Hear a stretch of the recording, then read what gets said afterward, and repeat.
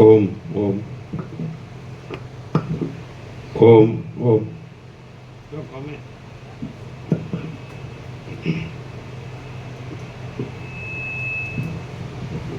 ओम ओम बराबर।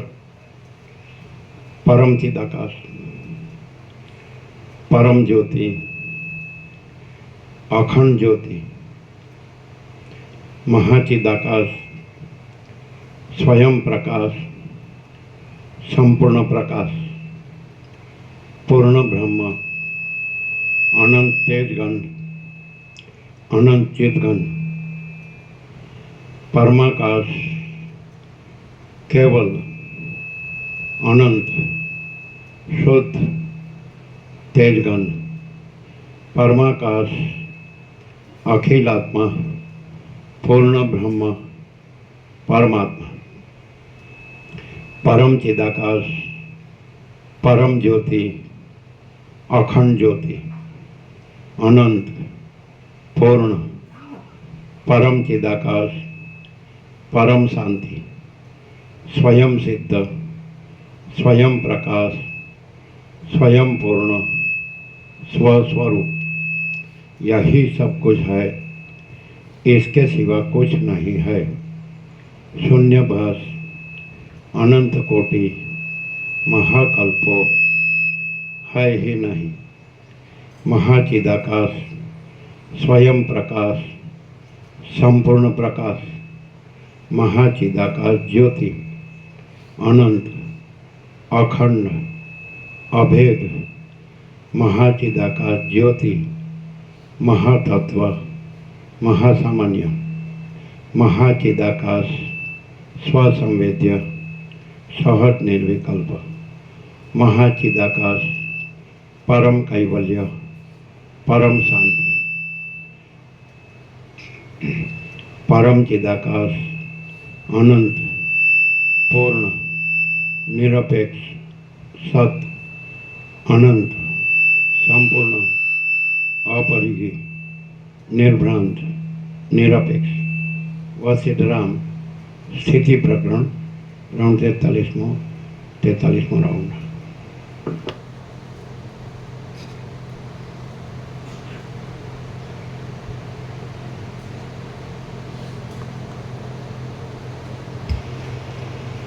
आद्य परब्रह्म सदगुरु देव की जय। ओम श्री परमात्मने नमः। સદગ્રંથોમાં શિરોમણી શ્રી યોગ વાસિષ્ઠ મહારામાયણ સ્થિતિ પ્રકરણ પાના નંબર 479 સર્ગ 35મો વાસના ત્યાગનું નિરૂપણ। આ 35મા સર્ગમાં સત્સંગ, વિવેક, આત્મબોધ અને સમાધિથી સંયુક્ત વિષય વાસનાના ત્યાગનું નિરૂપણ કરવામાં આવશે। પાના નંબર 479 ઉપરથી 11મી લાઈન ડાબી બાજુ। ત્યારે શાસ્ત્રોના અર્થો સંબંધી સંદેહો ક્ષીણ થઈ જાય છે, વિષયો ભોગવવાની સઘળી ઉત્કંઠાઓ ઓસરી જાય છે, કલ્પનાઓની જાળ દૂર થઈ જાય છે, મોહ ભાગી જાય છે અને લેપ ખસી જાય છે। ત્યારે પ્રવૃત્તિમાં ઉન્મુખપણું ટળી જાય છે, નિંદા આદિ દુર્ગુણો નષ્ટ થાય છે, ચિંતાઓ અસ્ત પામી જાય છે, પ્રવૃત્તિ જતી રહે છે, શોકરૂપી ઝાકળ શાંત થઈ જાય છે, આસક્તિ ઉડી જાય છે અને અભિમાનરૂપી ગાંઠ તૂટી જાય છે। આ સમયમાં મન સંદેહરૂપી પોતાના કુપુત્રોની સાથે, મનોરથરૂપી શાખાઓની સાથે, તૃષ્ણારૂપી સ્ત્રીની સાથે અને વાસનારૂપી પાંજરાઓની સાથે પોતે પણ નષ્ટ થાય છે અને આત્માના જીવનમુક્ત રૂપ પરમ પુરુષાર્થને સાધી આપે છે અને આત્માના જીવન મુક્ત રૂપ પરમ પુરુષાર્થને સાધી આપે છે। મન પ્રથમ પોતાને પુષ્ટિ આપનારી શુભાશુભ અને શત્રુ મિત્ર આદિ વિકલ્પોવાળી કલ્પનાઓને છોડી દે છે અને તે પછી જેમ એ વિકલ્પોને ઉત્પન્ન કરવામાં હું સમર્થ છું તેમ તેમનો નિગ્રહ કરવામાં પણ સમર્થ છું એમ વિચારીને પોતાના દેહાકારપણાને પણ તરણાની પેઠે છોડી દે છે। મનનો જે ઉદય તે જ જીવની પડતી દશા છે અને મનનો જે નાશ તે જીવની ચડતી દશા છે। જ્ઞાનીનું મન નાશ પામે છે અને અજ્ઞાનીનું મન વધ્યા કરે છે, પર્વતોનું જે મંડળ દેખાય છે તે મન જ છે, જે આકાશ છે તે મન જ છે, જે દેહ છે, દેહ કે દેવ, જે દેહ છે તે મન જ છે, જે મિત્ર છે તે મન જ છે, જે શત્રુ છે તે મન જ છે, અને જે કાંઈ આ સઘળું જગત છે તે પણ મન જ છે. ચૈતન્યને પોતાના સ્વરૂપનું વિસ્મરણ થાય છે ત્યારે વિકલ્પોથી મેલી અને સંસારમાં લાગુ પડનારી જે વાસના થાય છે તે જ મનનું સ્વરૂપ છે. એ વાસના જ સંસાર પ્રાપ્ત કરાવનારી છે. કાંઈક વિકલ્પની વાસનાથી મેલું થયેલું જે બ્રહ્મ છે, કાંઈક વિકલ્પની વાસનાથી મેલું થયેલું જે બ્રહ્મ, તે જ જીવ કહેવાય છે. અથવા વાસનાના પ્રવેશથી પરિચ્છેદ પામેલા ચૈતન્યની જે એક જાતની સ્થિતિ, તે જ જીવ કહેવાય છે. દેહમાં પડેલો દેહને જ આત્મા માનતો અને પોતાના સ્વરૂપને ભૂલી ગયેલો જે જીવ છે, તે જ જ્યારે હજારો વિકલ્પોથી મોહ પામવાને લીધે પોતાનું સુખ સ્વભાવપણું હરાઈ જતાં વધારે નિસાર થઈ જાય છે, ત્યારે તેને જ અંદર રહેલું મન છે એમ કલ્પી લેવામાં આવે છે. જે આત્મા છે તે વાસ્તવિક રીતે સંસારી પુરુષ નથી, શરીરરૂપ પણ નથી અને રુધિરરૂપ પણ નથી. શરીર આદિ સઘળું જડ છે અને આત્મા તો આકાશની પેઠે નિર્લેપ છે. જેમ કેળના સ્તંભને ફાડી જોતા તેમાં છોતરાઓ સિવાય બીજું કાંઈ જ દેખાતું નથી, તેમ શરીરના ટુકડે ટુકડા કરી જોતા તેમાંથી રુધિર વગેરે સિવાય બીજું કાંઈ દેખાતું જ નથી. માટે શરીર જડ જ છે. જે જીવ છે તે જ મન છે, અને તે મન જ્યારે દેહાકાર પામે છે ત્યારે માણસ કહેવાય છે. જે જીવ છે તે પોતાના જ વિકલ્પોથી પોતામાં જ કલ્પાયેલા એ મનનું પોતાથી જ ગ્રહણ કરે છે. જેમ કોશેટાનો જીવડો પોતાની લાળને ફેલાવીને પોતાના બંધનને માટે જ એ ઝાડને પસંદ કરે છે, તેમ જીવ મનમાં પોતાના જ વિકલ્પોને બહુ જ ફેલાવીને પોતાના બંધનને માટે જ શરીરને રચી લે છે. જેમ અંકુર બીજા પ્રદેશમાં અને બીજા કાળમાં પાંદડાપણું ગ્રહણ કરે છે, તેમ જીવ આ દેહને છોડીને બીજા પ્રદેશમાં અને બીજા કાળમાં બીજો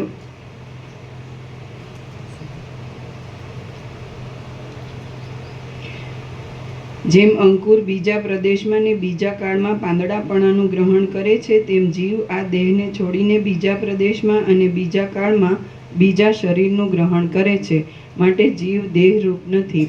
મનમાં જેવી જેવી વાસનાઓ હોય છે તેવી તેવી વાસનાઓ પ્રમાણે મન બીજા શરીરનું ગ્રહણ કરે છે. જુઓ, એ મન જાગ્રતમાં જે વાસનામય થઈને સૂતું હોય છે તે વાસનામય અને તે રૂપ જ થઈ તે સ્વપ્નમાં ખડું થાય છે. કોઈ આંબલી આદિ ખાટા બીજને મધુર રસનું સિંચન આપીને વાવ્યું હોય તો તે બીજ અંકુર આદિ ક્રમથી વૃક્ષરૂપ થઈ ફળની ઉત્પત્તિના સમયમાં મીઠાશવાળું જ થાય છે. પણ તે બીજને કરંજ આદિના રસનું સિંચન આપીને વાવ્યું હોય તો તે ફળની ઉત્પત્તિના સમયમાં તે કડવાશવાળું થાય છે. તે જ પ્રમાણે મન જે જે વાસનાઓના સિંચનને પ્રાપ્ત થયું હોય છે તે વાસનાઓને અનુસરતા શરીરરૂપ થાય છે. ચિત્ત મોટી વાસનાથી મોટું થાય છે અને ક્ષુદ્ર વાસનાથી ક્ષુદ્ર થાય છે. જુઓ, માણસે ઇન્દ્રના રાજ્ય સંબંધી મનોરાજ્ય કર્યું હોય તો ઇન્દ્રપણાના સ્વપ્ન આવે છે, અને પિશાચો સંબંધી મનોરાજ્ય કર્યું હોય તો રાતે સ્વપ્નમાં પિશાચો જોવામાં આવે છે. તળાવમાં અત્યંત નિર્મળતા હોય તો તેમાં મલિનપણું સ્થિતિ પામતું નથી, અને તેમાં અત્યંત મલિનતા હોય તો તેમાં સ્વચ્છપણું સ્થિતિ પામતું નથી. તે જ પ્રમાણે મનમાં અત્યંત નિર્મળતા હોય તો તેમાં દ્વૈત સ્થિતિ પામતું નથી, અને તેમાં અત્યંત મલિનતા હોય તો તેમાં અદ્વૈત સ્થિતિ પામતું નથી. આમ જેવું મન હોય તેવું ફળ થાય છે. જેમ ચંદ્ર ક્ષીણ થયા છતાં પણ પોતે પૂર્ણ થવાની પદ્ધતિને છોડતો નથી, તેમ ઉત્તમ પુરુષ દરિદ્રતા આદિથી હેરાન થવા છતાં પણ સર્વદા ઉદ્યોગી રહીને ચિત્તને નિર્મળ રાખવાની પદ્ધતિને છોડતો નથી, અથવા તત્વબોધથી બાધિત હોવાને લીધે હજારો ઉપદ્રવો થવા છતાં પણ વિદ્વાનનું મન સંસારની વાસનાઓથી મલિન થતું નથી. કારણ કે વાસ્તવિક રીતે જોતા બંધન નથી, મોક્ષ નથી, તે બંધાયેલો નથી અને મુક્ત પણ નથી. જેમ ઇન્દ્રજાળની લતા મિથ્યા જ ઉઠે છે, તેમ બંધન આદિ સઘળી માયા મિથ્યા જ ઉઠેલી છે. આ સઘળી જગતરૂપી માયા ગંધર્વનગરની પેઠે, ઝાંઝવાના પાણીની પેઠે અને નેત્રની પાંપણમાં આંગળી ખૂંચાડતા થતી બે ચંદ્રની ભ્રાંતિની પેઠે મિથ્યા જ ઉઠેલી છે. આ જે સઘળી જગતની સત્તા દેખાય છે તે બ્રહ્મની જ સત્તા છે અને તેમાં બેપણું કે એકપણું એવું કાંઈ જ નથી. એ જ વાસ્તવિક છે. આ સંસાર નિસાર છે, તે ખોટો છે, તે છતાં તે સ્ફુરે છે. હું વ્યાપક નથી પણ ક્ષુદ્ર દેહ છું એવા દુષ્ટ નિશ્ચયથી તે ઉઠ્યો છે. હું વ્યાપક છું અને ઈશ્વર છું એવા નિશ્ચયથી સંસાર લય પામે છે. આત્મા સર્વવ્યાપક છે અને સ્વચ્છ છે. તેમાં આ દેહ હું છું એવી જે ભાવના છે તે જ બંધન છે અને તે બંધન પોતાના વિકલ્પોથી જ કલ્પાયેલું છે. આ સઘળી બ્રહ્મની જ સત્તા છે. તેમાં બંધની કે મોક્ષની દશા જ નથી અને બેપણું કે એકપણું પણ કાંઈ જ નથી. મન જો નિર્મળપણાને લીધે નાશ પામવામાં ઉન્મુખ થયેલું હોય અને સઘળા દ્રશ્યોમાં લાગણી વગરનું થઈ નહીં જેવાપણાને પામેલું હોય તો જ બ્રહ્મ જોવામાં આવે છે. આ સઘળી બ્રહ્મની જ સત્તા છે. તેમાં બંધની કે મોક્ષની દશા જ નથી અને જો બેપણું કે એકપણું પણ કાંઈ જ નથી. મન જો નિર્મળપણાને લીધે નાશ પામવામાં ઉન્મુખ થયેલું હોય અને સઘળા દ્રશ્યોમાં લાગણી વગરનું થઈ નહીં જેવાપણાને પામેલું હોય તો જ બ્રહ્મ જોવામાં આવે છે. તેમ થયા વિના બ્રહ્મ જોવામાં જ આવતું નથી. જેમ જળથી નિર્મળ થયેલું ધોળું કાપડ રંગને ગ્રહણ કરે છે તેમ સમાધિના અભ્યાસથી નિર્મળ થયેલું મન સર્વમાં બ્રહ્મ દ્રષ્ટિને ગ્રહણ કરે છે. જેમ જળથી નિર્મળ થયેલું ધોળું કાપડ રંગને ગ્રહણ કરે છે તેમ સમાધિના અભ્યાસથી નિર્મળ થયેલું મન સર્વમાં બ્રહ્મ દ્રષ્ટિને ગ્રહણ કરે છે. હે રામ, જે સઘળું દ્રશ્ય છે તે મારું જ સ્વરૂપ છે એવી ભાવનાથી આ લેવા યોગ્ય છે અને આ છોડવા યોગ્ય છે એવી વાસનાના બળને ક્ષીણ કરી નાખો અને એમ બંધને પણ છોડી દો અને મોક્ષને પણ છોડી દો. ગુરુ સેવા આદિ સત્કર્મોથી, શાસ્ત્ર શ્રવણથી, વૈરાગ્યથી અને બોધથી જો મન શુદ્ધ થાય તો એવો નિશ્ચય થાય છે કે જેમ સ્ફટિક મણીમાં જુદા જુદા રંગોનો મિથ્યા જ પ્રતિભાસ થાય છે તેમ સ્વરૂપમાં જગતનો મિથ્યા જ પ્રતિભાસ થયો છે. દ્વૈત દેખાય કે તરત જ બંધની પ્રાપ્તિ થાય છે અને આત્મદર્શન થાય કે તરત જ મોક્ષની પ્રાપ્તિ થાય છે. કલ્પિત પદાર્થોની સાથે મળી જઈને મનમાં જે વ્યગ્રપણું થાય છે તે જ ખોટી સમજણરૂપ દ્વૈત દ્રષ્ટિ છે.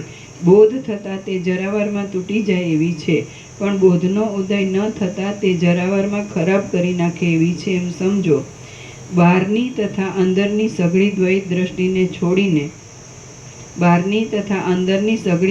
દ્રષ્ટિને છોડી દઈને મન જ્યારે બોધમાં લીન રહે ત્યારે બ્રહ્મપદ પ્રાપ્ત થઈ ચૂક્યું એમ સમજવું. બહારની તથા અંદરની સઘળી દ્વૈત દ્રષ્ટિને છોડી દઈને મન જ્યારે બોધમાં લીન રહે ત્યારે બ્રહ્મપદ પ્રાપ્ત થઈ ચૂક્યું એમ સમજવું. આ પ્રત્યક્ષ જોવામાં આવતી દ્વૈત દ્રષ્ટિ અવશ્ય ખોટી જ છે. તેથી મનનું જે ઘેરાયેલાપણું છે તે જ જગતનું સ્વરૂપ છે, બીજું નથી એમ સમજો. જગત આદિમાં પણ નથી અને અંતમાં પણ નથી. મધ્યમાં પણ ખોટું જ છે. જે આદિમાં તથા અંતમાં ન હોય તેનું મધ્યમાં હોવું સંભવતું નથી. એ રીતે જેણે જાણ્યું ન હોય તેને દુખિયાપણું હાથમાં જ છે એમ સમજવું. આ જગત છે તે આત્મા જ છે એમ જો જાણ્યું હોય તો જગતની લીલા દુઃખદાયી થાય છે અને જાણ્યું હોય તો તે લીલા ભોગ અને મોક્ષ સુખોને આપે છે. કૌંસમાં જ્ઞાનીને મિથ્યા જાણેલા પદાર્થો દુઃખદાયી થતા નથી, માટે ભોગમાં ઉપયોગી છે. તેમનો ભોગ પ્રારબ્ધનો નાશ કરનાર હોવાને લીધે તેઓ મોક્ષમાં પણ ઉપયોગી છે. કૌંસ પૂરો. જેમ જળ અન્ય છે અને તરંગ અન્ય છે એમ ભેદ બુદ્ધિથી તેમની ભિન્નતા સમજવી એ મૂર્ખતા છે અને જે જળ છે તે જ તરંગ છે એમ જાણવું એ સમજુપણું છે, અર્થાત જ્ઞાન છે. તેમ બ્રહ્મ અન્ય છે અને જગત અન્ય છે એમ ભેદ બુદ્ધિથી તેમની ભિન્નતા સમજવી એ મૂર્ખતા છે, અર્થાત અજ્ઞાન છે. અને જે બ્રહ્મ છે તે જ જગત છે એમ જાણવું એ સમજુપણું છે, અર્થાત એ પ્રકારનું અભેદ જ્ઞાન એ જ જ્ઞાન છે. આ જગત મુદ્દલ ખોટું જ છે.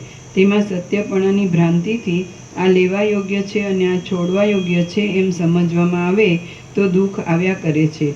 જો જગતને ખોટું સમજીને તેમાં આ લેવા યોગ્ય છે અને આ છોડવા યોગ્ય છે એવો ભ્રમ ન રહે તો તે જગત બ્રહ્મરૂપે જ અવશેષ રહે છે. હે રામ, આ જગત સંકલ્પથી જ કલ્પાયેલું હોવાને લીધે મન રૂપ જ છે અને ખોટું છે, માટે મિથ્યા છે. તો તેનો વિનાશ થવાથી શોક શો કરવો? જેમ આપણે પ્રેમ વગરના કોઈ સંબંધીને રાગ દ્વેષ વગરની દ્રષ્ટિથી જોઈએ છીએ, તેમ તમે પંચમહાભૂતમય તમારા શરીરને પણ રાગ દ્વેષ વગરની દ્રષ્ટિએ જુઓ.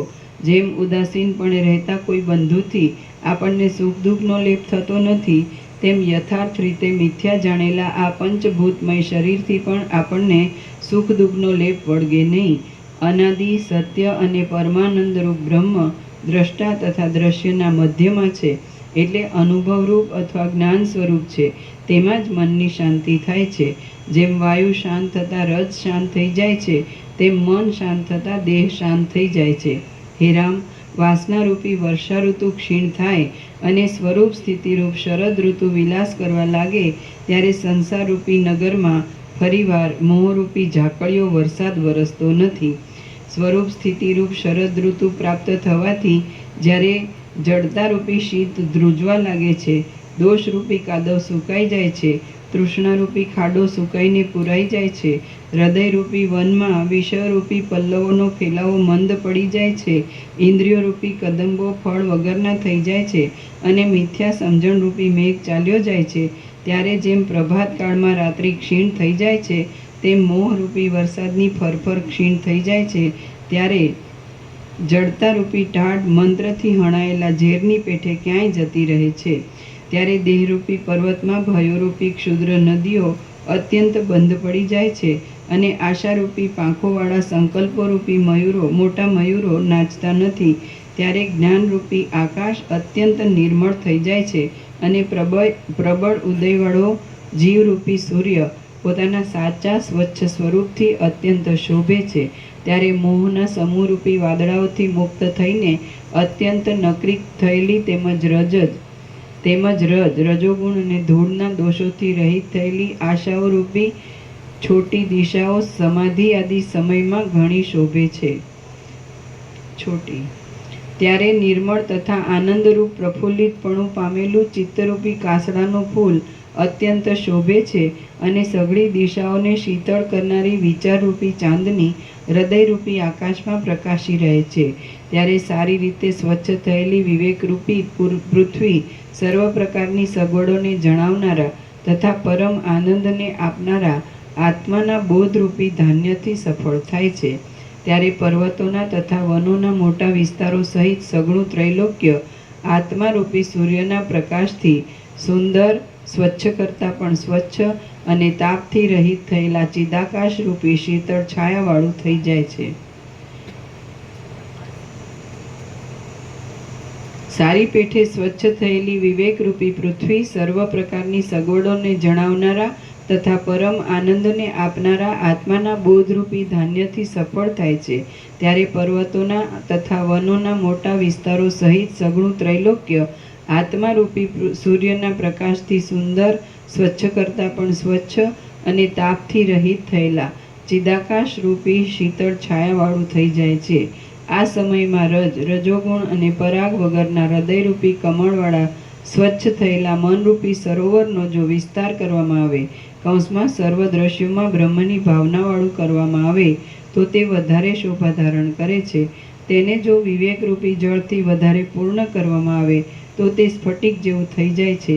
પછી હૃદયરૂપી કમળના કોષમાં રજ નહીં રહેવાથી ચપળ થયેલો દેહાભિમાન રૂપી મલિન ભ્રમર પાછો ન જ દેખાય એવી રીતે પાછો ક્યાંય જતો રહે છે. એ પ્રમાણે થાય છે. ત્યારે પોતાના દેહરૂપી નગરનો રાજા એવો તે જ્ઞાની પુરુષ સંકોચ વગરનો, સર્વવ્યાપક, સર્વનો નિયંતા, વાસનાઓથી રહિત અને શાંત મનવાળો થાય છે. આમ દોષોનો ત્યાગ કરી ધીરજ ભરેલી બુદ્ધિવાળો થયેલો સંસાર સંબંધી સઘળી ગતિઓને જન્મ મરણના પ્રવાહવાળી હોવાને લીધે સ્વાદ વગરની જોતો અને વિચારથી આત્મતત્વરૂપી દીવો પામેલો તે પુરુષ પોતાનું મન અત્યંત ગળાઈ જતાં સઘળા સંતાપોથી રહિત થાય છે અને દેહરૂપી નગરમાં વિલાસ કરે છે. શ્રી યોગ વાસિષ્ઠ મહારામાયણમાં સ્થિતિ પ્રકરણનો ઉપશમ વર્ણન નામનો સર્ગ 35મો સમાપ્ત. સર્ગ 36મો ચૈતન્ય સ્વરૂપનું વર્ણન. આ 36માં સર્ગમાં ચૈતન્ય સર્વમાં રહેલું હોવા છતાં પણ કોઈથી સંલગ્ન નથી અને સર્વ પદાર્થોની સ્થિતિ ચૈતન્યની સ્થિતિથી જુદી નથી એમ નિરૂપણ કરવામાં આવશે. રામ બોલ્યા, હે બ્રહ્મન, પરમાત્મા સર્વ દ્રશ્યોથી આનો એકદમ સાયન્ટિફિક ખુલાસો સરસ છે, શોર્ટ એન્ડ સ્વીટ.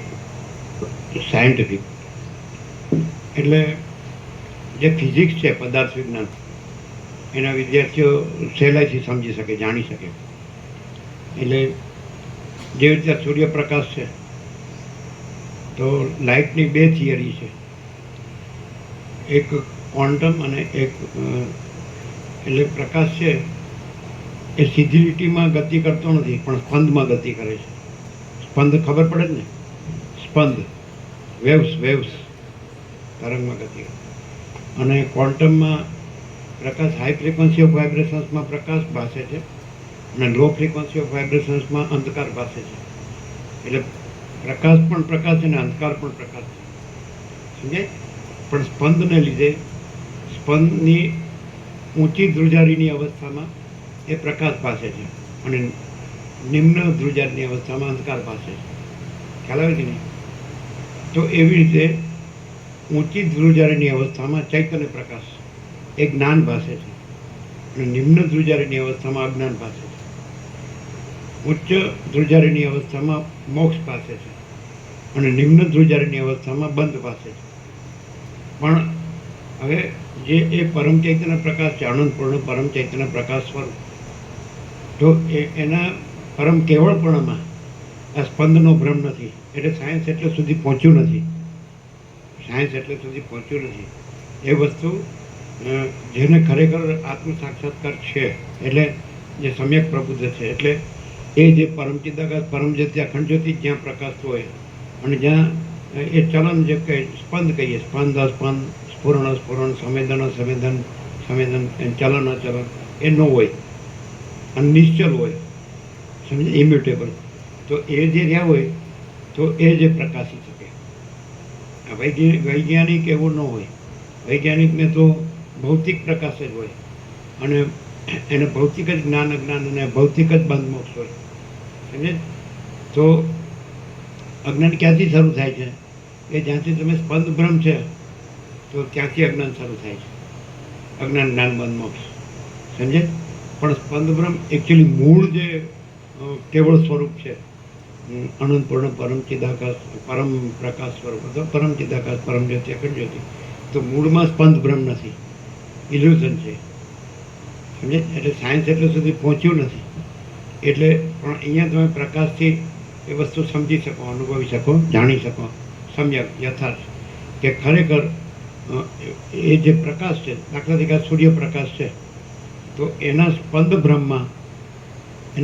બ્રહ્મમાં તમને દ્રશ્ય ભાસે છે. એટલે પ્રકાશ જ છે, સમજાય? અને સ્પંદ બ્રહ્મની ફ્રીક્વન્સી જુદી જુદી હોવાથી તમને જુદું જુદું દ્રશ્ય ભાસે છે. અમુક ફ્રીક્વન્સીમાં તમને માણસ ભાસે, અમુક ફ્રીક્વન્સીમાં તમને વૃક્ષ ભાસે, અમુક ફ્રીક્વન્સીમાં તમને પશુ પક્ષી ભાસે, અમુક ફ્રીક્વન્સીમાં તમને જન્મ ભાસે, અમુક ફ્રીક્વન્સીમાં તમને જીવન ભાસે, અમુક ફ્રીક્વન્સીમાં તમને મૃત્યુ ભાસે, દિવસ પાસે, રાત પાસે, ઠંડ ગરમી વર્ષા પાસે. તો એ ફ્રીક્વન્સીના ચલન જે કહેવાય, ચલન અચલન, સ્પંદ અસ્પંદ, સ્ફુરણ સંવેદન એના ભેદ છે. પણ પ્રકાશમાં કોઈ ભેદ નથી. પ્રકાશ કેવળ પ્રકાશ છે, પ્રકાશનું કેવળપણું છે. એટલે એમાં સ્પંદ ભ્રમ પણ નથી, સમજાય કે નહીં? અને એટલે સ્પંદ ભ્રમના ભેદ પણ નથી, એટલે ભેદના દ્રશ્ય પણ નથી. આ દ્રશ્યના ભેદ છે, અનેક દ્રશ્ય છે, જુદું અને જુદી જુદી અવસ્થા, સમજાય? તો એ કાંઈ નથી અને કેવળ પ્રકાશ છે. તો આ ભૌતિક પ્રકાશ છે એ બાજુ ચૈતન્ય પ્રકાશનો પ્રતિભાસ છે. એટલે જે આપણે જેને પરમ ચિદાકાશ પરમ જ્યોતિ અખંડ જ્યોતિ કહીએ છીએ, તો એની અંદર આ ભૌતિક પ્રકાશનો ભ્રમ થયો છે અને ભૌતિક પ્રકાશના સ્પંદ ભ્રમમાં, સમજાય કે નહીં, તમને આ જીવ જગતનો ભ્રમ થયો છે. તો પણ પરમ ચિદાકાશ પરમ જ્યોતિ અખંડ જ્યોતિમાં આ પ્રતિભાસ આભાસ પ્રકાશ છે જ નહીં. એટલે પ્રતિભાસ આભાસ પ્રકાશ નથી, જે સૂર્ય ચંદ્ર તારા અગ્નિ બિજલી બુદ્ધિ. તો આ પ્રાતિભાષિક આપણે પ્રતિબિંબિત કહીએ, રિફ્લેક્ટેડ અથવા પ્રોજેક્ટેડ. જેમ કે મેઘધનુષ છે તો સૂર્યનારાયણ ભગવાન છે તો એની પ્રોજેક્ટેડ લાઇટમાં મેઘધનુષ, પ્રોજેક્ટેડ લાઇટમાં આપણે મેઘધનુષ દેખાય છે. તો સૂર્યમાં મેઘધનુષ નથી, એ આભાસ માત્ર જ છે. તો એવી રીતે આ જે સૂર્ય, ચંદ્ર, તારા, અગ્નિ, વીજળી, બુદ્ધિ આ બધું છે તે પણ પ્રોજેક્ટેડ લાઇટ છે, આભાસ. એ સૂર્યમાં નથી.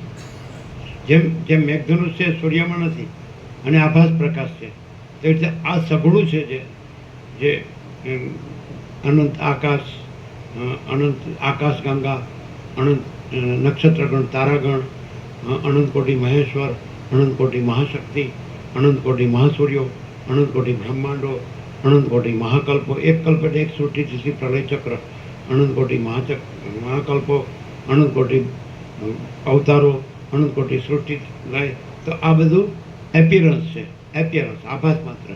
જે પ્રાતિભાસિક કીધું મેઘધનુષ એપિયરન્સ છે અને સૂર્યમાં નથી. તેવી રીતે આખું જે સૃષ્ટિ ચક્ર છે, નામ રૂપ ઉત્પત્તિ સ્થિતિ લય, તો એ એપિયરન્સ છે. એ એપિયરન્સ શેને લીધે ભાષે છે? તો જે સ્પંદ બ્રહ્મ જ્યાં હોય તો ત્યાં ભાષે છે બધી જાતનું અજ્ઞાન.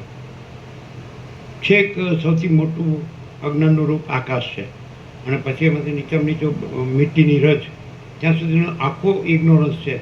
તો એ આખો આભાસ પ્રકાશ છે. પણ એ કોને ભાષે છે? કે જ્યાં સ્પંદ બ્રહ્મ હોય એટલે અજ્ઞાન હોય તો એને ભાષે છે. અને જ્યાં એ ઇમ્યુટેબલ છે એટલે નિશ્ચલ છે, એટલે રમણે કીધું કે be still and you are God. નિશ્ચલ રહો અને તમે પરમાત્મા છો, ચિદાકાશ છો.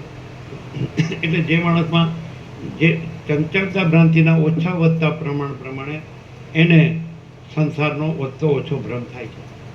ચંચળતા ભ્રાંતિના, આપણે કહીએ ને આ માણસમાં ચંચળતા ભ્રાંતિ વધારે છે, દરેકમાં ઓછી વધતી હોય જ. ન હોય તો એના સંસાર ભાષે જ નહીં કે હું જીવ છું ના જગત છે. એટલે ચંચળતા ભ્રાંતિના વધતા ઓછા પ્રમાણમાં વધતો ઓછો સંસાર ભ્રમ ભાષે છે. અને બિલકુલ જેનામાં ચંચળતા ભ્રાંતિ ન હોય તેમાં બિલકુલ સંસાર ભ્રમ ભાસતો નથી. અને એ પરમ ચિદાકાશ, પરમ જ્યોતિ, અખંડ જ્યોતિ પ્રકાશે છે. અનંત પ્રકાશ, અનંત આનંદ, અનંત શાંતિ. એટલે આ સોલ્યુશન છે એ સાયન્સમાં ન મળે અને સાયન્ટિસ્ટમાં ન મળે. એનો આઈક્યુ ગમે એટલો મોટો હોય પણ એ ભૌતિક આઈક્યુ છે. આઈક્યુ ઇન્ટેલિજન્ટ કોશન્ટ એટલે બુદ્ધિનો આંક ગમે એટલો ઊંચો હોય પણ એ આભાસ પ્રકાશમાં જ આવે, એ સ્વયં પ્રકાશમાં ન આવે. મહાચિદાકાશ સ્વયં પ્રકાશ, સંપૂર્ણ પ્રકાશમાં એ ચંચળતા ભ્રાંતિ જે છે, ચલન ભ્રાંતિ જેનું સ્પંદ ભ્રમ, ઇલ્યુઝન, એ છે જ નહીં. સમજાય? તો માણસને આ પૂર્ણ તત્વબોધ થાય, સંપૂર્ણ જ્ઞાન, સંપૂર્ણ પ્રકાશ, સંપૂર્ણ ચૈતન્ય, સંપૂર્ણ બોધ. તો એનો ચંચળતા ભ્રાંતિ ન રહે. ચંચળતા ભ્રાંતિ ન રહે એટલે પછી એ પ્રકાશે. અમે પોતે જ પરમ ચિદાકાશ, પરમ જ્યોતિ, અખંડ જ્યોતિ છે. એ પોતે, એ અમે પોતે એટલે આ નહીં. સ્પંદ બ્રહ્મમાં જે હું ભાષે છે એટલે હું કોઈ વસ્તુ જ નથી. સ્પંદ બ્રહ્મનો હું તો છે જ નહીં, કારણ કે આખો સ્પંદ બ્રહ્મ જ મિથ્યા છે. અને પરમ ચિદાકાશ, પરમ જ્યોતિમાં પણ કોઈ હું ઈગો એ છે જ નહીં. એટલે હું અવસ્તુ છું, હું કોઈ વસ્તુ જ નથી. એટલે આખો પૂર્ણ પ્રબોધ, સંપૂર્ણ બોધ માટે, સંપૂર્ણ જ્ઞાન માટે, સમજે જ ને? તો એક જ ઠેકાણે કામ કરવાનું છે, ક્લિયર થવાનું છે. જો માણસને એવી ખબર પડી જાય કે અહંકાર એ કોઈ વસ્તુ નથી. આકાશમાં જેમ કાળું ટપકું કલંક કદી સંભવે નહીં, એમ ચિદાકાશમાં અહમ રૂપી કાળું ટપકું કલંક કદી સંભવે. શાબ્દિક ભૌતિક નહીં પણ રિયલમાં, સાચામાં, આમ કે ભાઈ અહંકાર કોઈ વસ્તુ નથી. તો સીધું જ એ પરમ ચિદાકાશ જ ત્યાં પ્રકાશે. એ શબ્દો નથી, વિચારવાની શબ્દ નથી, પરાપશ્યંતિ મધ્યમાં વાક્ય નથી, પણ અમે પોતે જ પરમ ચિદાકાશ, પરમ જ્યોતિ, અખંડ જ્યોતિ છીએ. અને એ છે જ, એ સર્વત્ર છે, સદા છે, સ્વયં છે, સહજ છે, શુદ્ધ, સૂક્ષ્મ, નિષ્ક્રિય, નિર્લેપ છે, અનંત અખંડ અભેદ છે, તુર્યાતીત છે, અપરિચ્છિન્ન છે, મહાતત્વ છે, મહાસામાન્ય, સત્તા સામાન્ય છે, અને નિરંજન, નિરાકાર, નિર્વિકાર છે, એક જ અદ્વિતીય, અનાદિ, અનંત છે, અને એ અખંડ સચ્ચિદાનંદ છે. તો એ જ છે, આ બધું એ જ છે. હવે કેવી રીતે વ્યવસ્થિત કે જે બ્રહ્મ જગત છે અને જગત બ્રહ્મ છે?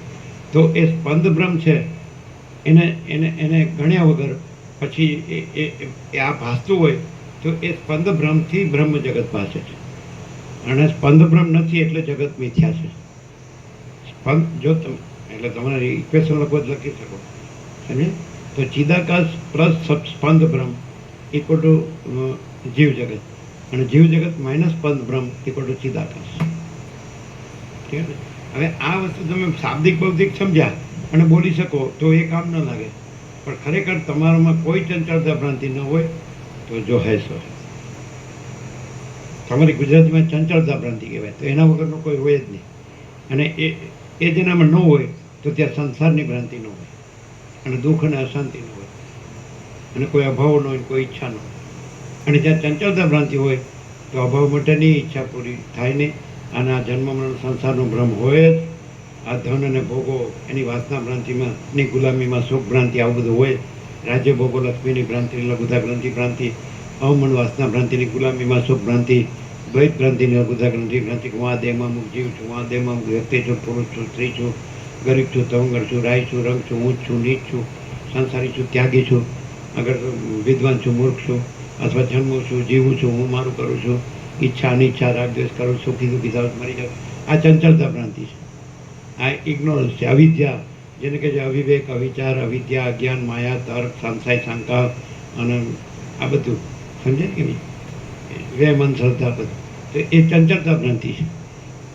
જ્યાં ચંચળતા ભ્રાંતિ ન હોય ત્યાં આ કાંઈ, અને એ જ પ્રકાશ છે કે અમે પોતે જ પરમ, અમે પોતે જ એટલે પરમ ચિદાકાશ પોતે જ, અમે પોતે જ પરમ ચિદાકાશ, પરમ જ્યોતિ, અખંડ જ્યોતિ. એ શબ્દો નથી, વિચારવાની શબ્દ. જેમ કે હું પોતે અનંત પૂર્ણ પરબ્રહ્મ છું, તો એ શબ્દ નથી, વિચાર નથી, એ પ્રકાશ છે. પ્રકાશ શબ્દાન્વિત થાય છે કે હું પોતે અનંત પૂર્ણ પરબ્રહ્મ છે, પ્રકાશ છે, સ્વપ્રકાશ. સમજે? તો આ પણ અમે પોતે જ પરમ ચિદાકાશ, પરમ જ્યોતિ, અખંડ જ્યોતિ છીએ. અમે પોતે જ મહાચિદાકાશ, સ્વયં પ્રકાશ, સંપૂર્ણ પ્રકાશ છીએ. અમે પોતે જ પૂર્ણ બ્રહ્મ, અનંત તેજગણ, અનંત ચિદગણ છીએ. અમે પોતે જ કેવળ અનંત શુદ્ધ તેજગણ છીએ. પરમાકાશ, પરમાકાશ કેવળ અનંત શુદ્ધ તેજગણ છે. અમે પોતે જ પરમાકાશ, અખિલાત્મા, પૂર્ણ બ્રહ્મ, પરમાત્મા છીએ. પણ જે વિચારવાણી શબ્દ જ નથી, પરપશ્ચિમથી મધ્યમાં વિકરી નથી, એ કોઈ વ્યક્તિ નથી. સમજે? એટલે વ્યક્તિને એ કહેવામાં આવે એટલે વ્યક્તિવાળા શરૂ થાય, એ ખોટા છે. કારણ કે વ્યક્તિ જ ખોટી છે, કારણ કે અહમથી વ્યક્તિ બને છે. સમજાય? અને અહમ નથી એટલે વ્યક્તિ નથી. અને એ નિરંજન, નિરાકાર, નિર્વિકાર છે. પરમાકાશ અનંત, સંપૂર્ણ અનંત, સર્વત્ર. પરમાકાશ નિરંજન, નિરાકાર, નિર્વિકાર, અને પરમાકાશ અજરામર, અખંડ, અવિનાશી. એટલે એમાં બીજું કાંઈ નથી, બીજું કાંઈ થતું નથી. એટલે એક જ કોમન સેન્સથી પણ તમે સમજી શકો કે જેટલી એમ અંદરથી જ એ પ્રકાશ તો છે જ, પ્રકાશથી પ્રકાશ, પ્રકાશમાં પ્રકાશ, પ્રકાશ જ પ્રકાશ. તો એ પ્રકાશથી જો સીધે સીધું જાણવામાં આવે તો ચંચળતા ભ્રાંતિ કોઈ વસ્તુ નથી. અને ચંચળતા ભ્રાંતિમાં જ અહમ અને જગતનો ભ્રમ થાય છે. અને ચંચળતા ભ્રાંતિ નથી ત્યાં અહમ અને જગતનો ભ્રમ નથી, જન્મ મરણ સંસારનો ભ્રમ નથી, દેહનો ભ્રમ નથી, સૂક્ષ્મ કારણ સમષ્ટિ વ્યક્તિ કશું સાક્ષી સાક્ષી ને દ્રષ્ટા દ્રશ્ય ને, જે અજ્ઞાન જ્ઞાને નથી, મન મોક્ષે ને કોઈ નથી, કાંઈ નથી, કાંઈ થતું નથી. અને અમે પોતે જ પરમ ચિદાકાશ, પરમ જ્યોતિ, અખંડ જ્યોતિ છીએ. એટલે ફોર એક્ઝામ્પલ, દાખલા તરીકે જેમ કે વસિત છે, તો ત્યાં વસિત નથી, પણ પરમ ચિદાકાશ, પરમ જ્યોતિ, અખંડ જ્યોતિ. એટલે જ રામે છેલ્લે સંબોધન કર્યું, હે પરમ ચિદાકાશ, વસિત મને. અને એના પરથી પણ ધડો લઈ શકે માણસ કે જો આને કેમ કાંઈ નથી, હમણાં આવી ગયું કે એનામાં કોઈ દ્રશ્યની કોઈ લાગણી જ ન હોય. દ્રશ્યની લાગણી હોય તો એ ચંચળતા નથી. એટલે અમુક અમુક લાભ માન્યો હોય એ થાય તો પછી હરખ થાય, અમુક નુકસાન માન્યું હોય તો પછી દુઃખ થાય, એવું બધું. જેમ કે ખેત દિલગીરી, તો એવું એનામાં કાંઈ ન હોય. આ આખી આ અનંત સૃષ્ટિઓ છે ને, એ ઉત્પન્ન થાય તો એને કાંઈ ન થાય, ને એનો પ્રલય, મહાપ્રલય થાય તો એને કાંઈ ન થાય. તો એ પરમ ચિદાકાશ, પરમ જ્યોતિ, અખંડ જ્યોતિ. કારણ કે એ કાંઈ થતું જ નથી. એ થાય છે એમ જે લાગે છે તો એ ચલન ભ્રમ છે, એટલે ચંચળતા ભ્રાંતિ. ચંચળતા ભ્રાંતિમાં સંસાર પાસે છે, પણ પરમ ચિદાકાશ, પરમ જ્યોતિ, અખંડ જ્યોતિમાં એ ચલન ભ્રાંતિ છે જ નહીં. સ્પંદ ભ્રમ, ઇલ્યુઝન, સમજે, છે જ નહીં. ઘણા એમ કે ને અહીં વાઇબ્રેશન સારા છે, એમ એ ભ્રાંતિ છે. વાઇબ્રેશન સારાય નથી, નરસાય નથી. અહીં વાઇબ્રેશન ઊંચા છે, નીચા છે, ઊંચા. એટલે આ બધું શું છે, શબ્દો વાંચ્યા હોય, ક્યાંક સાંભળ્યા હોય તો બોલે અહીં વાઇબ્રેશન સારા. વાઇબ્રેશન ફાઇબ્રેશન કશું જ નથી. અને અમે પોતે જ પરમ ચિદાકાશ, પરમ જ્યોતિ, અખંડ જ્યોતિ છે.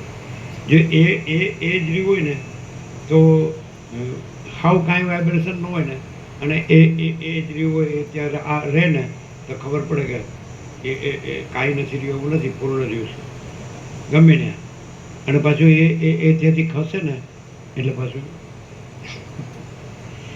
એવું કે આધો આય તો કાંઈ નથી એમ.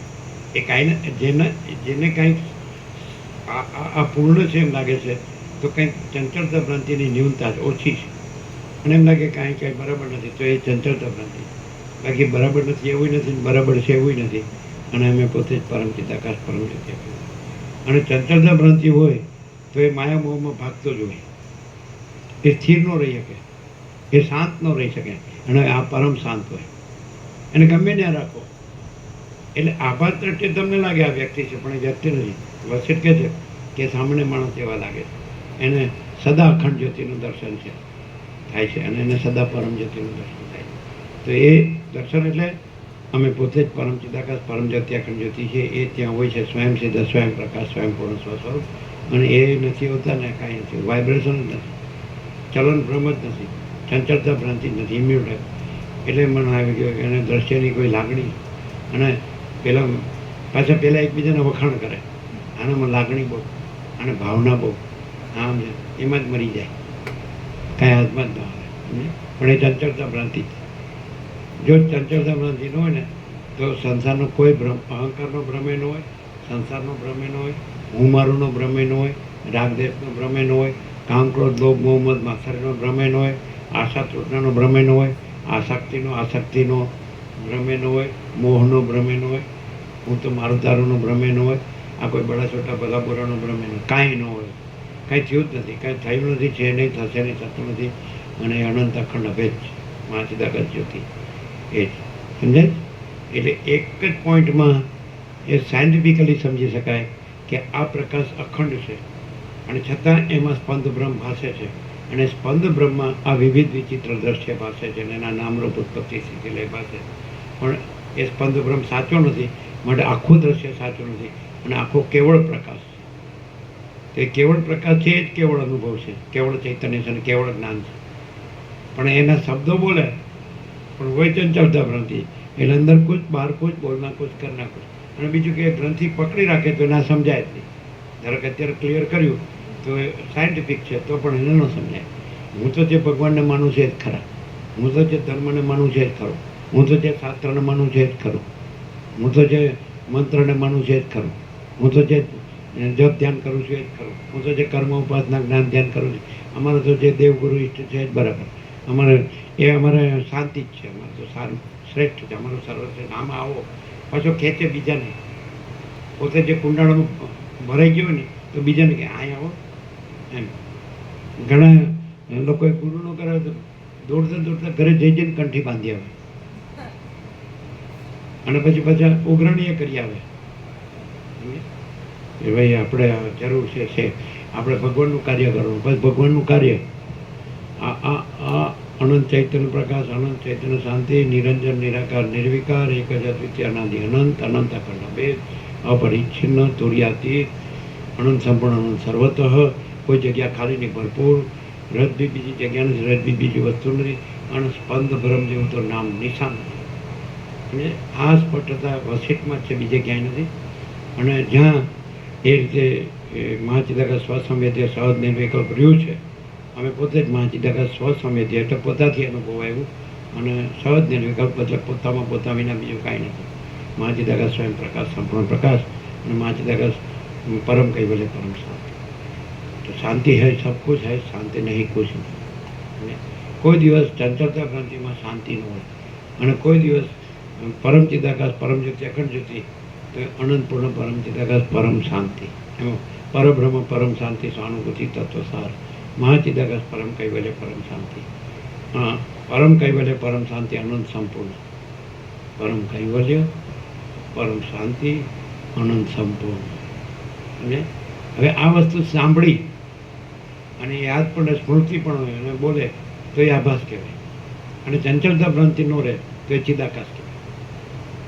આ જ વસ્તુ એક્ઝેક્ટ સાંભળી, એક્ઝેક્ટ યાદ રહે, એક્ઝેક્ટ બોલી શકે તો એ આભાસ કહેવાય. અને અંદર જરાય ચંચળતા ભ્રાંતિ ન રહે, અને એ નિશ્ચલતા જે છે મૂળ સ્વરૂપની, કેવળ સ્વરૂપની, તો એ જ રહે તો એ સ્વયં પ્રકાશ કહેવાય. એ અનંત શુદ્ધ ચિદાકાશ કહેવાય, એનું કેવળ પણ કહેવાય. એ જ પરમ પદ, એ જ પૂર્ણ વિશ્રાંતિ. પરમ ચિદાકાશ, પરમ પદ, પૂર્ણ વિશ્રાંતિ. એટલે સીધે સીધું છે. એટલે ચંચળતા ભ્રાંતિનો અધ્યાસ થઈ ગયો હોય અને આ સાંભળે ને બોલી શકે તો એ નહીં. એ આમાં આવી જાય છે તત્વતા જીવન તને કોણ સ્ત્રી ને કોણ પુત્ર ને કોણ કયું ધન ને કયું ઘર ને કયું ધન, એવું નથી આવતું. અને આ તો દોડતો હોય એમાં પાછો કે મને એનું કાંઈ નથી, વચ્ચે ઉલટું બનાવવાનું. સમજાય?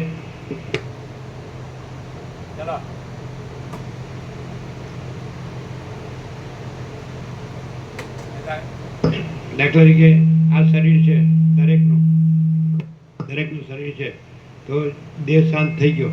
હવે એમ કે મને આમ છે ને હું આમ છું ને હું આમ છું, તો કે તો ખરો, તો પોતે તો છે જ એ રહ્યું આ શું, તો પછી કેવું પડે ને બધું.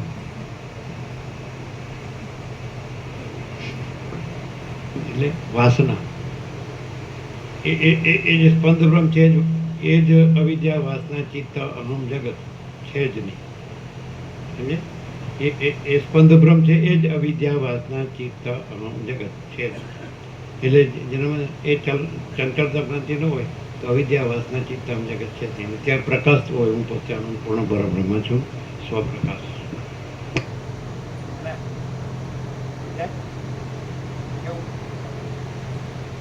ખાલી સમજાણું હા, ખાલી સમજાણું.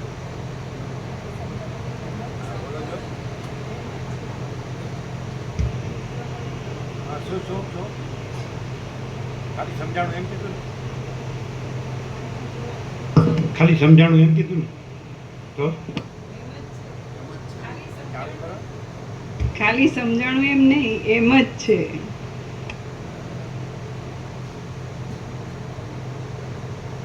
કેમ જ છે? કેમ જ છે? એટલે અમે પોતે જ પરમચિદાકાશ પરમ જ્યોતિ અખંડ જ્યોતિ છીએ, તો સ્પંદ રહિત સ્વસંવેદ્ય સહજ નિર્વિકલ્પ જે છે એમ જ છે, એમાં બીજું કંઈ નથી. તો બધા કે હું બોલી શકું એમ કેતો હું અને ચંચળતા ભ્રાંતિ રાખીને પછી ઉપરથી કહું એ ચંચળતા ભ્રાંતિ જ છે, બીજું કંઈ નથી. હું રાખીને બોલું. એ ચંચળતા ભ્રાંતિ છે એની ખાતરી, આવું નવું બોલે તો એ ચંચળતા ભ્રાંતિની ખાતરી એ કે હું આ છું અને આ મારું છું.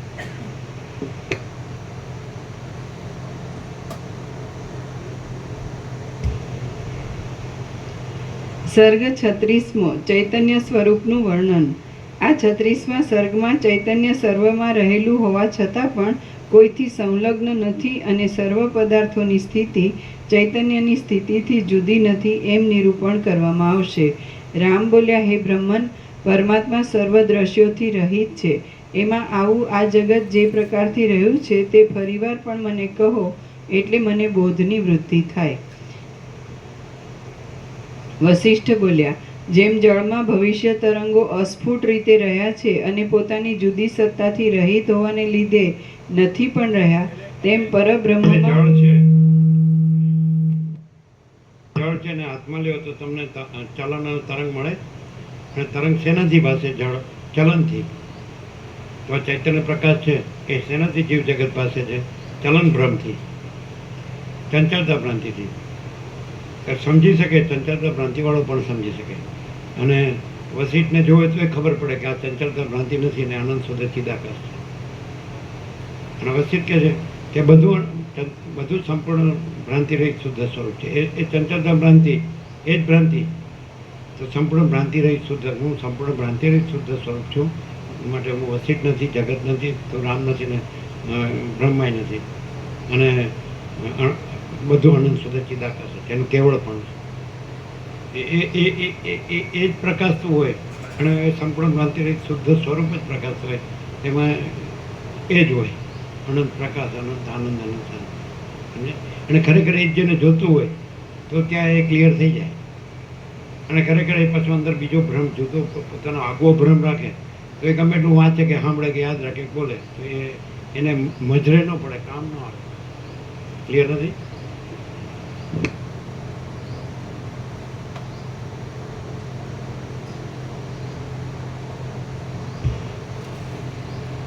વશિષ્ઠ બોલ્યા, જેમ જળમાં ભવિષ્ય તરંગો અસ્ફુટ રીતે રહ્યા છે અને પોતાની જુદી સત્તાથી રહિત હોવાને લીધે નથી પણ રહ્યા, તેમ પરબ્રહ્મમાં આ સૃષ્ટિઓ અસ્ફુટ રીતે રહેલી છે અને પોતાની જુદી સત્તાથી રહિત હોવાને લીધે નથી પણ રહી. જેમ આકાશ સર્વદા રહ્યું હોવા છતાં પણ સૂક્ષ્મ હોવાને લીધે પ્રતીત થતું નથી, તેમ અંશોથી રહિત ચૈતન્ય તત્વ સર્વમાં વ્યાપક હોવા છતાં પણ પ્રતીત થતું નથી. ઢંકાયેલા અથવા ખુલ્લા સ્ફટિકમાં રહેલું પ્રતિબિંબ જેમ સત્ય કહેવાય એમ પણ નથી અને અસત્ય કહેવાય એમ પણ નથી, તેમ આત્મામાં રહેલી આ સૃષ્ટિ સત્ય કહેવાય એમ પણ નથી અને અસત્ય કહેવાય એમ પણ નથી. આકાશમાં રહેલા વાદળાનો આધાર આકાશ જ છે, પણ જેમ તેમનો આકાશને સ્પર્શ નથી, તેમ ચૈતન્યમાં રહેલી સૃષ્ટિઓનો આધાર ચૈતન્ય જ છે, પણ ચૈતન્યને સૃષ્ટિઓનો સ્પર્શ નથી. કરેક્શન.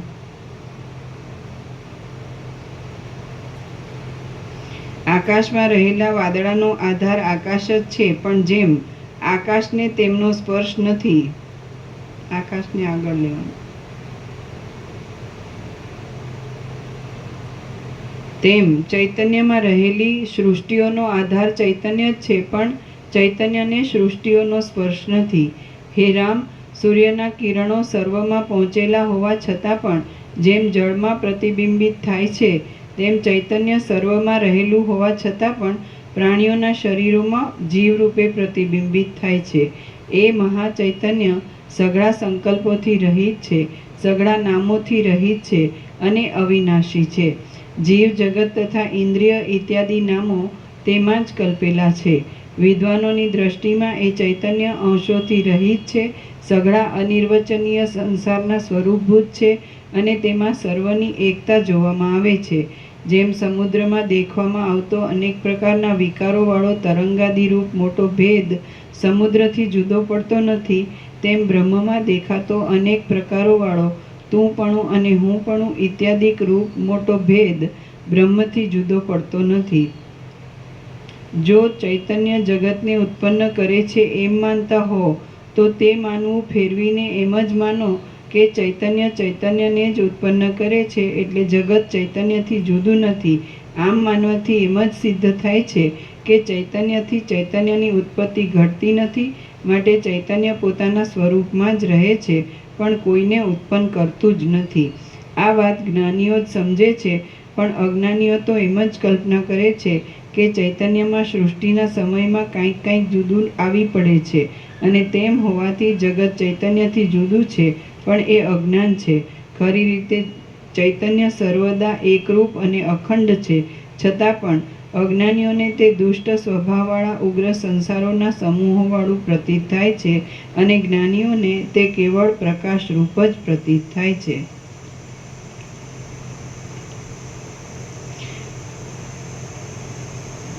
આવી ગયું ને? હા, ચૈતન્ય કેવળ આવી ગયું ને. અજ્ઞાનીને જ્ઞાનીને કેવળ પ્રકાશરૂપ અને અજ્ઞાનીને વિવિધ વિચિત્ર સંસાર ભ્રમરૂપ આવી ગયું ને.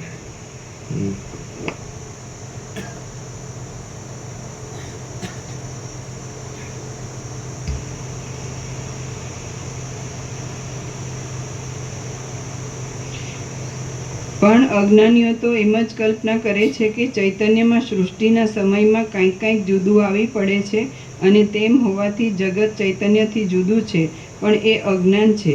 એ પાછું એ ચૈતન્યમાં નથી. એ જે ભ્રમ થયો છે ને, ત્યાં ભ્રમ છે, ચૈતન્યમાં ભ્રમ નથી. જ્યાં ચંચળતા ભ્રાંતિ પાસે છે ને, ત્યાં બધો ભ્રમ છે. એ ચિદાકાશમાં નથી. એ તો નિશ્ચલ જ છે. એમાં બીજું કાંઈ નથી. સમજે? બીજું થયું નથી, છે નહીં, થશે નહીં, થતું નથી. એ તો અખંડ છે. સમજે? અખંડ પ્રકાશ. અને આ કાંઈ થાય છે તો જ્યાં ચંચળતા ભ્રાંતિ છે તો એ ભ્રાંતિમાં થાય છે. દાખલો આપણે આપીએ. દાખલા કે અંધારામાં દોરીમાં સરભ્રમ થાય છે, તો જે બીજા બધા દોરી જોઈ લીધેલી છે એ પણ બધા ત્યાં ઉભા. જેણે દોરી નથી જોઈ એ ત્યાં ઉભો, તો એને સરભ્રમ થાય છે. તો એનામાં જ થાય છે, એના ભ્રમમાં જ ભ્રમ થાય છે, બીજા બધા નથી થતો. અમે જાણીએ છીએ કે આ દોરી છે. એટલે જ્યાં ચંચળતા ભ્રાંતિ છે તો ત્યાં જ બધી ભ્રાંતિ થાય છે. એ પછી બીજે નથી થતી અને ચિદાકાશમાં નથી થતી. એટલે દરેકની ભ્રાંતિ અલગ અલગ છે, એટલે દરેકની ભ્રાંતિ અલગ અલગ થાય છે. ચંચળતા ભ્રાંતિ દરેકની અલગ અલગ છે, એટલે એમની સંસાર ભ્રાંતિ અલગ અલગ છે. ક્લિયર થાય?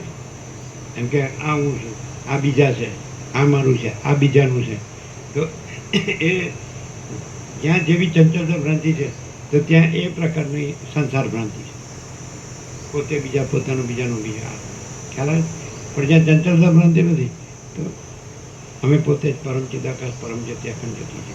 તો આ જે અનંત આકાશ અને આ આખો દ્રશ્ય પ્રપંચ, આકાશ હોય તે જળ, પૃથ્વી, જળ, ચેતન, સ્થાવર, જંગમ, ચરાચર, અણુ, અખિલ સચરાચર, અને પછી અનંત આકાશ ગંગા, અનંત નક્ષત્રગણ, તારાગણ, પછી અનંત કોટી મહાસૂર્ય, અનંત કોટી બ્રહ્માંડો, અનંત કોટી નામરૂપ સૃષ્ટિ પ્રલય.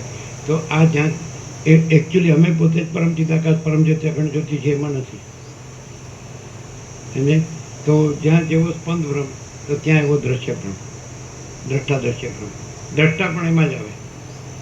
એ જે પરમ કૈવલ્ય છે એમાં દ્રષ્ટા પણ નથી, દ્રશ્ય પણ નથી, સાક્ષી પણ નથી, સાક્ષ્ય પણ નથી, સમષ્ટિ પણ નથી, વ્યષ્ટિ પણ નથી, અને કારણ પણ નથી, કાર્ય પણ નથી, અને કારણ સૂક્ષ્મ સ્થૂળ પણ નથી, માયાકાશ, ચિત્તાકાશ, ભૂતાકાશ નથી, અને કેવળ અનંત શુદ્ધ ચિદાકાશ. સમજે? એટલે જ્યાં જેવી ચંચળતા ભ્રાંતિ ત્યાં એવો દ્રશ્ય ભ્રમ. એ દ્રષ્ટા પણ દ્રશ્યમાં આવી ગયો. અને એને પોતામાં એટલે આ ખુલાસો મળે કે આ તો કાયમ હોય એવું લાગે છે ને. આકાશ ગંગા, આકાશ અને આ બધું જગત, જીવ જગત, આ બધું કાયમ હોય એવું લાગે છે ને. સમજાય? પણ એ જેને એકદમ એ જે સંપૂર્ણ પ્રકાશ છે એવો સંપૂર્ણ બોધ છે તો એને આ નથી. કાંઈક પણ સેજ પણ ચંચળતા ભ્રાંતિ હોય તો જ એ પછી બધું એને કાયમ લાગે. કેમ કે આકાશ ગંગા જ કાયમ છે ને, આ નક્ષત્રગણ, તારાગણ કાયમ છે ને, આ સૂર્યનો, બ્રહ્માંડોનું નામરૂપને સૃષ્ટિ પ્રલયને, આ જીવ જગતને. પણ બિલકુલ એનામાં બિલકુલ નથી. ત્યાંથી જ ખુલાસો મળે કે આ બધું જે વિવર્ત છે કાંઈ નથી, આભાસ છે, એપિયરન્સ છે કાંઈ નથી, આ પ્રતિભાસ છે કાંઈ નથી. જ્યાં એ જે છે સ્વયં, એ જ્યાં સ્વયં છે ત્યાંથી જ એમ સમાધાન મળે કે એ ત્યાં પ્રશ્ન ન રહે કે આ બધું કેમ આ કાયમ લાગે છે. કેમ કે આકાશ કાયમ લાગે છે, આકાશ ગંગા કાયમ લાગે છે, અનંત નક્ષત્રગણ, તારાગણ કાયમ લાગે છે, અનંત સૂર્યો, અનંત બ્રહ્માંડો, અનંત નામરૂપ, અનંત સૃષ્ટિ છે. એકદમ સંપૂર્ણ પ્રકાશ અને સંપૂર્ણ બોધ એ જે સ્વયં જે છે તો ત્યાંથી જ સમાધાન થાય કે આ બધું છે એ સ્પંદ ભ્રમ જ છે અને નથી, કાંઈ નથી.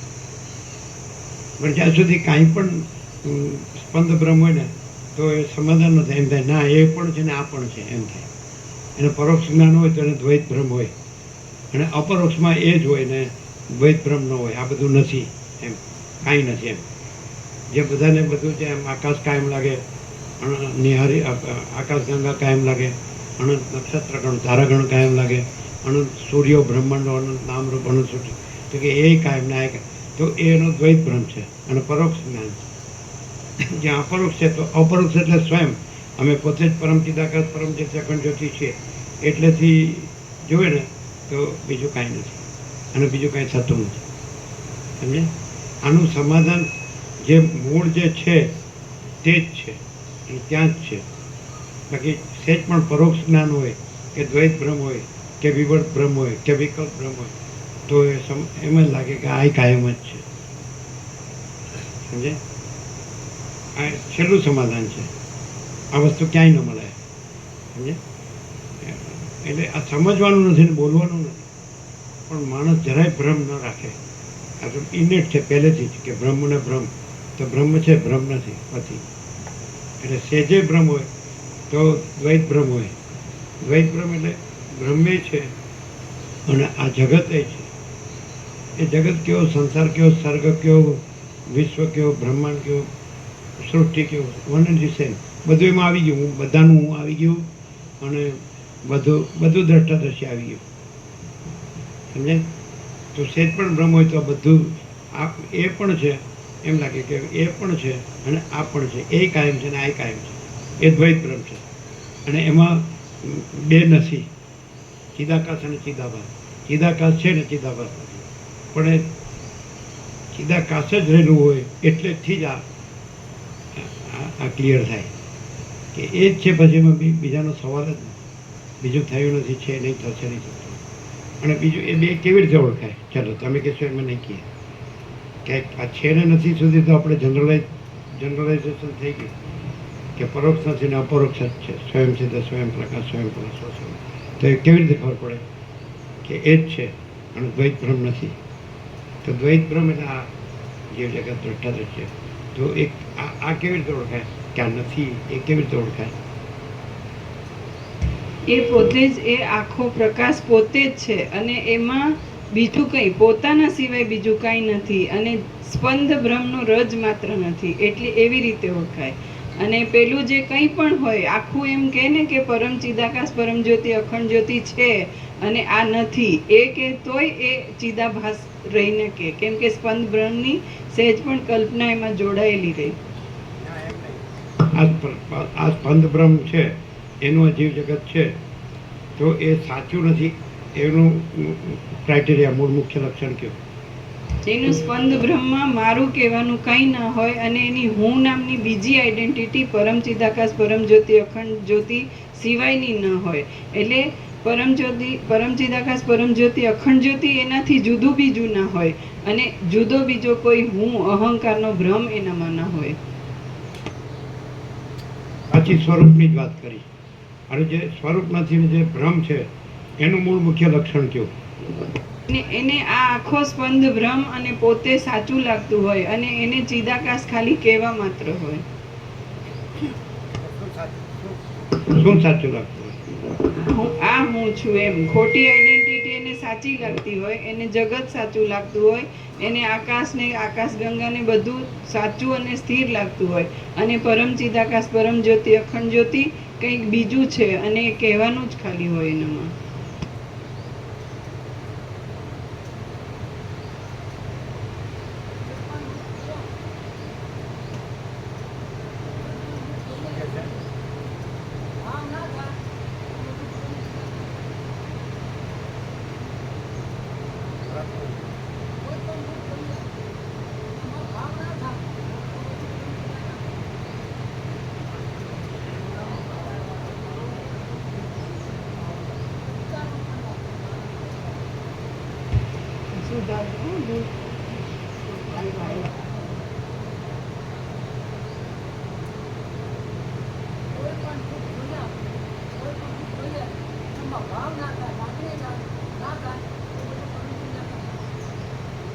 કોઈ પણ રૂપ જોઈએ તો એમાં ભાવ ન થાય, લાગણી ન થાય તો બધું પરમ ચિદાકાશ જ છે.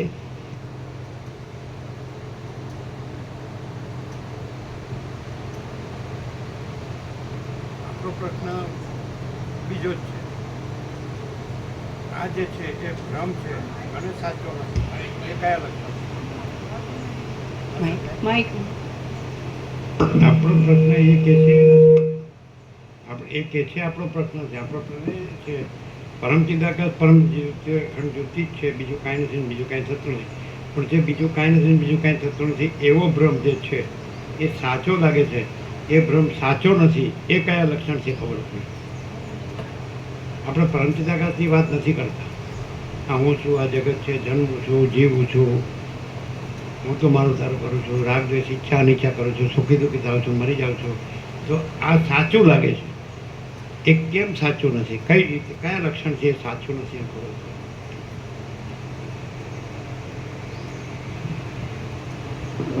જે અહંકારનો ભ્રમ છે એને હું આ જગતને બધું સાચું લાગે છે ને એ એમાં કંઈક કરતો અને ભોગવતાની ભાવના સાથે બધું કરતો હોય અને એ બધું જ ખોટું હોય, ચાહે માયાનું કરે કે ચાહે પરમ ચિદાકાશનું નામ લઈને કરે.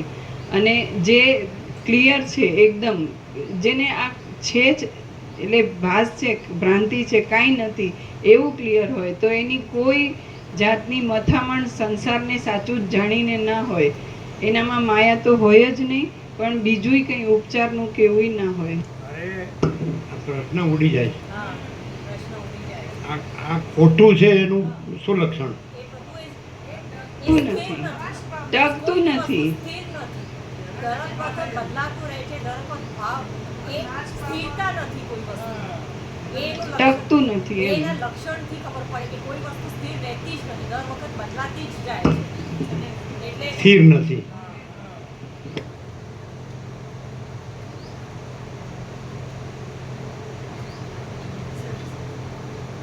અને તો એનામાં ભ્રમ ન રહે, જ્યાં ભ્રમ ન રહે તે અસ્થિરનો ભ્રમ એ ન રહે, અને પછી એ છે એ પ્રકાશ, સ્થિર છે એ પ્રકાશ એમ. અને એને માટે એ જ આ તત્વ છે. અસ્થિરનો ભ્રમ છે એ શાંત થઈ જાય, અને સ્થિર છે એ તો છે જ. એ જે પરમ ચિદાકાશ પરમ જ્યોતિ અખંડ જ્યોતિ તો છે જ. એ કંઈ પ્રાપ્ત થતું નથી, એ જ છે. ભ્રમે થતો નથી, પછી ભ્રમ શાંતે થતો નથી. પણ જ્યારે ભ્રમ ભાસતો હોય ત્યારે લાગે છે, પણ તત્વબોધ થાય એટલે ભ્રમ નથી, અને એ જ છે પરમ ચિદાકાશ પરમ જ્યોતિ અખંડ જ્યોતિ. એટલે એ પરમ પ્રકાશ, પરમ આનંદ, પરમ શાંતિ એ છે જ. એનું કાંઈ કરવાનું નથી, અને ભ્રમ છે જ નહીં, એનુંય કાંઈ કરવાનું નથી. સમજાય? અને માત્ર ક્લિયર થાય છે કે ભ્રમ કાંઈ નથી, બસ. સમજાય? પણ ખાલી શબ્દ હોય તો શું ખબર છે કે ભ્રમનું મથત્વ હોય, અને એકદમ સાચું ચોખ્ખું રહ્યો હોય, એટલે મેં સંપૂર્ણ ભ્રાંતિ રહી શુદ્ધ સ્વરૂપ રહ્યો તો ભ્રમનું મથત્વ ન હોય. સમજે? સ્થિરમાં અસ્થિરનું મથવાનું શું કામ હોય? એ કેમ હોય? શા માટે? કેવી રીતે હોય? સ્થિરમાં અસ્થિરનું મથવાનું કેવી રીતે હોય? અને સ્થિરમાં અસ્થિર કાંઈ છે જ નહીં. સમજાય કે નહીં? તો સ્થિર છે પરમ શાંતિ છે, સહજ અકૃત્રિમ છે, સહજ છે. તો પછી અસ્થિરનો ભ્રમ છે જ નહીં. તો અસ્થિરના ભ્રમનું મથીને અસ્થિરના ભ્રમનું હું મારુંનું પણ કરવું છે, અને અસ્થિરના ભ્રમથી એનું પણ કરવું છે, પરમ શાંતિનું પણ. એટલે કોઈ થાય જ નહીં, બેમાંથી એકે ન થાય. સમજાય? ડબલ ગધા મજૂરી. અસ્થિર ભ્રમને સાચો માનીને કાંઈ પણ કરે, ધર્મનું કરે કે માયાનું કરે, પણ એ ભ્રમ જ સાચો નથી. માટે ડબલ ગધા મજૂરી ખોટી છે. કારણ કે જે છે એ તો છે જ, એમાં તો કાંઈ થતું જ નથી, નિશ્ચલ છે. અને આ છે જ નહીં, એટલે એનુંય કાંઈ થતું નથી.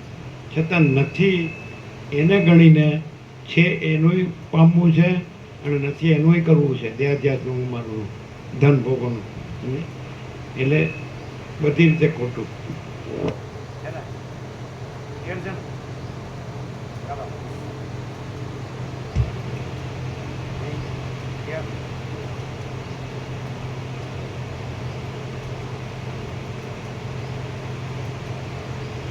ખરી રીતે ચૈતન્ય સર્વદા એકરૂપ અને અખંડ છે, છતાં પણ અજ્ઞાનીઓને તે દુષ્ટ સ્વભાવવાળા ઉગ્ર સંસારોના સમૂહોવાળું પ્રતીત થાય છે, અને જ્ઞાનીઓને તે કેવળ પ્રકાશ રૂપ જ પ્રતીત થાય છે.